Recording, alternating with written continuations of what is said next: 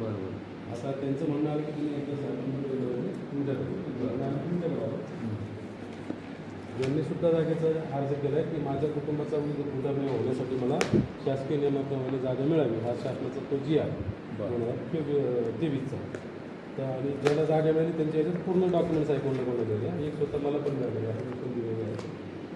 त्याच्यात काय केलं आहे, आपल्या जे तरते आहेत आपली इथले लोकांचे, त्यांनी असं दिलं की यांना लिहून सदवी लाल यांनी व्यवसायासाठी तहसील कार्यालय बदनापूर इथे भविष्यातील शासकीय म्हणजे भविष्य बघितलं त्यांनी आपल्याला भविष्यातील शासकीय कामाचं व कार्यालयाचं नियोजन विचार करता अर्जदार यांना जागा त्यांनी योग्य वाटत म्हणजे योग्य नाही आहे.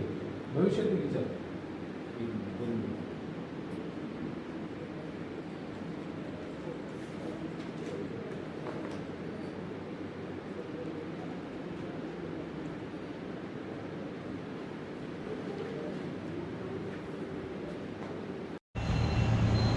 नमस्कार मित्रांनो, आज मी खूप दिवसानंतर मला बदनापूरमधून फोन आल्यानंतर बदनापूर येथील दिव्यांग बांधवांचे काही कामं अडकले होते आणि ते आल्यानंतर मी त्यांना भेटलो आणि तहसीलदार साहेबांना भेटून त्यांचे काम करून दिलं आहे. तर तुम्ही स्वतः त्यांच्या तोंडाने आता ऐकू शकता की आपलं काय काम झालं आहे. काय काम झालं आहे तुमचं आज? आपलं का राहायचे कार्डामुळं लगेच 2 वर्ष ना याच्यात पडलं होतं, तुम्ही आले म्हणून झालं आज आपलं कामाला. तो अंत्योदयमध्ये ना दिलं आतापर्यंत देत नव्हते, नाही म्हणजे आज तुम्हाला अंत्योदय कार्ड दिलं. हा, तुमचं काय सांगा सांगितलं ताई?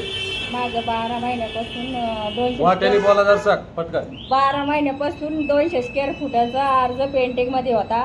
पहिले आम्ही गेलो, साहेबांना आम्हाला उडवाउडीचे उत्तर दिले. नंतर आमचे जिल्हाध्यक्ष माननीय मुंडे सर आले, यांच्यामुळे आमच्या दोघांचं काम आज झालेलं आहे. तेरा हुआ क्या? खूप आभार. मेरा भी हो गया। क्या हुआ? 200 स्क्वायर फुट जगह का 12 में से पेंटिंग था, वो भी आज पूरा हो गया। तर नमस्कार मित्रांनो, सगळ्याला उडवाउडीचे उत्तर देत होते. आपण आज बदनापूरला येऊन 200 चौरस फूट जागेचा जो विषय आहे तो यांचा मार्गी लावण्याचा प्रयत्न केला आणि शक्यतो 99% मार्गी लावला आहे. धन्यवाद.